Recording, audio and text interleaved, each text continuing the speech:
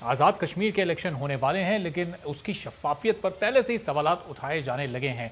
Opposition जमातें हुकूमत पर धांधली के इल्ज़ामात लगा रही हैं। अली अमीन गंडापुर की एक वीडियो सामने आई जिसमें वो पैसे देते हुए एक मसले को हल कराने के लिए, सड़क बनवाने के लिए पैसे देते हुए वो दिखाई दिए, जिसके बाद उनकी वजाहत सामने आई कि वो उन्होंने ज़ाती जेब से पैसे दिए हैं। लेकिन आज़ाद कश्मीर के चीफ इलेक्शन कमिश्नर की जानिब से उन पर मुकदमा दर्ज करने का हुक्म सामने आया। अब ज़ाहिर वहाँ का इलेक्शन कितना मुतनाज़ आगे हो सकता है, जो रिजल्ट्स आएंगे उनको तमाम सियासी जमातें मानेंगी या नहीं। वज़ीर आज़म इमरान खान हमेशा से इलेक्शन इस्लाहात की बात करते रहे हैं। आज उन्होंने फिर अपनी उस बात को दोहराया है कि इलेक्शन ऐसे कराएंगे कि तमाम जमातें उसको एक्सेप्ट करेंगी। और इलेक्ट्रॉनिक वोटिंग मशीन का उन्होंने दोबारा जिक्र किया कि इलेक्ट्रॉनिक वोटिंग मशीन का जब निज़ाम राइज हो जाएगा तो एक बटन दबाते ही रिजल्ट सामने आ जाया करेगा और वो बिल्कुल साफ शफाफ रिजल्ट होगा। लेकिन हुकूमत की तरफ से जो इंतखाबी इस्लाहात का तरमीमी बिल था उसमें मज़ीद तजावीज़ तलब की गई हैं। अपोजिशन को हुकूमत ने दावत दी है, उसमें मज़ीद तरमीम करने का हुकूमत ने फैसला किया है। वजारत कानून को एतमाद में लेने का फैसला किया। जब इस बिल को मंजूर कराया गया था उस वक्त ना वजारत कानून से कोई मशवरा किया गया, ना उनको एतमाद में लिया गया और ना ही अपोजिशन से कोई मशवरा लिया गया था, जिस पर अपोजिशन को खासा एतराज़ भी था। और हमेशा से मुल्क की दोनों बड़ी अपोजिशन जमातें मुस्लिम लीग नून और पाकिस्तान पीपल्स पार्टी ये इल्ज़ाम हुकूमत पर लगाती रही हैं कि किसी भी बिल को पास कराने में, किसी भी कानून साजी में उन्हें ऑन बोर्ड नहीं लिया जाता, ऑर्डिनेंसेस लाए जाते हैं। और आज एहसन इकबाल साहब ने भी इस तरमीम से मुताल्लिक गुफ्तगू की है कि इमरान खान के पास तो 2 साल से ये बताते थे कि हमारी मुकम्मल तैयारी है और हम आते ही ये इस्लाहात करेंगे। क्या कहा एहसन इकबाल साहब ने, ज़रा ये सुनिए, फिर वापस आकर मेहमानों का तारुफ कराते हैं, गुफ्तगू का आगाज़ करते हैं। ये जो इंतखाबी इस्लाहात का बिल हुकूमत ने पास किया है, वज़ीर आज़म कहते हैं हमने 2 साल सोच व विचार के बाद ये पेश किया है कि जो 2 साल की सोच व विचार है उसका जायज़ा लें। जहालत, नालायकी और नाअहली की इंतहा है कि कम अज़ कम 4 आइनी तरामीम हैं जिनको एक आम बिल के अंदर डाल के बुलडोज करने की कोशिश की गई है। तो आइनी तरमीम आगे, इलेक्शन तरमीम आगे क्या होती हैं? क्या अपोजिशन अपनी तजावीज़ के साथ हुकूमत के फैसले को खैर मकदम करेगी या फिर हुकूमत एक बार फिर अपोजिशन की तजावीज़ के बगैर ये तरमीम करेगी?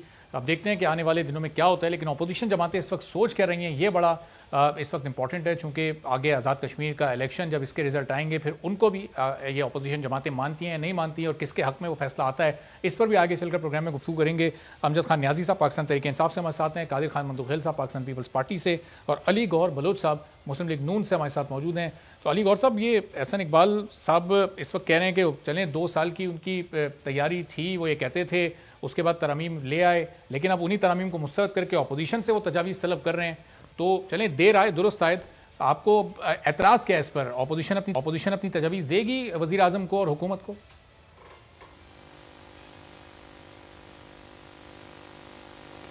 बिस्मिल्लाहिर्रहमानिर्रहीम।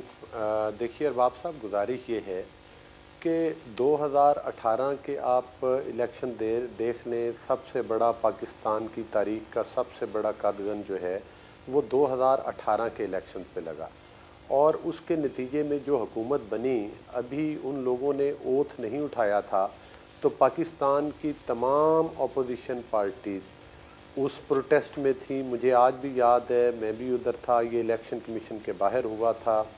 देखें, 2018 के जो इलेक्शन थे वो आरटीएस सिस्टम के ज़रिए चोरी किए गए और सिर्फ आरटीएस सिस्टम नहीं बल्कि इलेक्शन, आपको पता है अभी तो हुकूमत को 1 साल नहीं हुआ था तो हमारी हुकूमत को धरनों ने घेरा हुआ था और भी जो कुछ होता रहा वो आपके इल्म में है। फिर 1 साल पहले आपने एक इलेक्टेड वज़ीर आज़म को झूठे केसेस में, मतलब है कि वो नाअहल करार दे दिया और फिर उनके ऊपर झूठे मुकदमात, पूरे ख़ानदान को और हमारी पार्टी की सीनियर लीडरशिप के बेशुमार लोगों को जो है वो पाबंद सलासिल किया गया।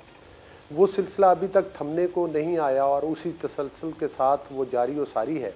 लेकिन एक तरफ आप देख लें कि अगर शुगर माफिया के ख़िलाफ़ कोई एक्शन होता है तो इन्हीं के पार्टी के एक सेनेटर को मुनसिफ बना दिया जाता है और उससे सिंपल वो आकर कह देते हैं कि नहीं नहीं कुछ नहीं हुआ और भागे भागे FIA जो है वो भाग कर जाकर कोर्ट में जाकर बयान देकर आती है कि हमें किसी की गिरफ्तारी दरकार नहीं। ये तो मैं रोशनी डाल रहा हूँ कि ये हुकूमत जो है कहाँ कहाँ से इन्होंने इलेक्शन चोरी किया और किस किस तरीके के साथ चोरी किया। जहाँ तक रिफॉर्म्स की बात है तो रिफॉर्म्स में मैं ये गुजारिश करूँगा कि रिफॉर्म्स मतलब है कि सिर्फ ये नहीं है कि आप इलेक्शन के कोई कवानीन नए बना दें। असल चीज़ वो ये है कि एक नैब जैसा इदारा है जिसमें सुप्रीम कोर्ट ऑफ पाकिस्तान और इलेक्शन कमीशन ऑफ पाकिस्तान ने ये जजमेंट्स दी हैं कि ये पार्टियां तोड़ने और बनाने के लिए इस्तेमाल होता है, वफादारियां बदलने के लिए इस्तेमाल किया जाता है, ताकत के टूल के तौर पर इस्तेमाल किया जाता है। जब तक ये तमाम सिलसिले जो हैं ये वोट चोरी के ज़ुमरे में आते हैं। और अब जो 2023 के इलेक्शन हैं वो मतलब है कि उनको अब एक इलेक्ट्रॉनिक मशीन के ज़रिए चोरी करने की प्लानिंग तैयार की गई है। इस पर तमाम अपोजिशन पार्टीज़ को इतराज़ है। हम शहबाज शरीफ साहब ने पिछले दिनों में एक ऑल पार्टीज़ कॉन्फ्रेंस तमाम अपोजिशन की बुलाई थी जो कि कश्मीर इलेक्शन की वजह से पेंडिंग हो गई है। तो हम अपोजिशन पार्टीज़ तमाम मिल बैठेंगी, इसमें जायज़ा लेंगे और ये आइनी तरमीम है। आइनी तरमीम तो आपको पता है कि ये सिंपल मेजॉरिटी से होती नहीं, 2/3 मेजॉरिटी चाहिए। तो ये तो पूरे सिस्टम को बिल्डोज करना चाहते हैं, आने वाला इलेक्शन चुराना चाहते हैं। जिस तरह से अली अमीन गंडापुर ने सरेआम मतलब है कि पैसे दे के वोट खरीदने की कोशिश की। पहली बात तो ये है कि इनके वज़रा एक तरफ तो इमरान न्याजी साहब बड़ा भाषण देते हैं कि आने वाले इलेक्शन शफाफ कराएंगे और हम बड़ी तरमीम ला रहे हैं। तो आप बताएं कि वज़रा को हमारा इलेक्शन कमीशन तो इजाज़त नहीं देता कि वज़रा जाकर कैंपेन चलाएं। तो सबसे पहले इनको अपने गिरेबान में झांकना चाहिए। ना सिर्फ वो कैंपेन चला रहे हैं, जाकर स्कीमें और ग्रांट्स अनाउंस कर रहे हैं और खुलेआम पाकिस्तान का लूटा हुआ पैसा जो इन्होंने मुख्तलिफ हथकंडों के साथ लूटा है उसको अब वोट खरीदने के लिए ये लगाया, जिसकी वीडियोस वायरल हो गई हैं। तो मकसद ये है कि ये तो एक सिर्फ ढोंग है जो रचाया जा रहा है। लेकिन अलीगौर साहब देखें, उसके बाद इलेक्शन कमिश्नर की जानिब से उन पर जब मुकदमा दर्ज करने की बात हुई तो हुकूमत उसके दरमियान कहीं आड़े नहीं आई। Election commissioner, chief election commissioner के जो भी हिदायत थी उन पर अमल किया गया है, उसमें तो हुकूमत ने कहीं कोई रुकावट नहीं डाली।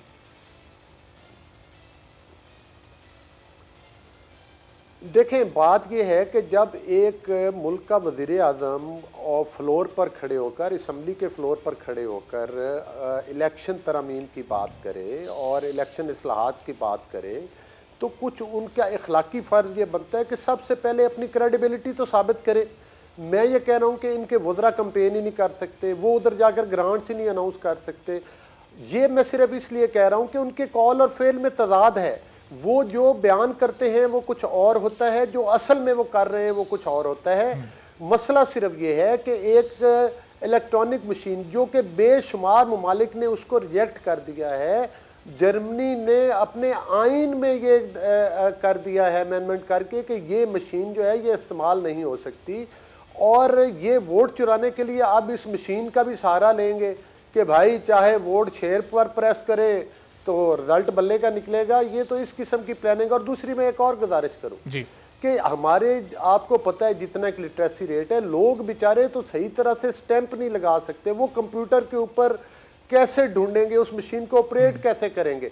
आपने देखा है कि इलेक्शन चुराने के लिए इधर तो और भी बहुत सारी चीजें हैं, जो बैलेट पेपर जाते हैं उनका आपने डस्का में आपने नहीं देखा किस तरह से इलेक्शन चुराया गया। सब्सक्राइब करें और बेल दबाएं ताकि कोई खबर रह न जाए।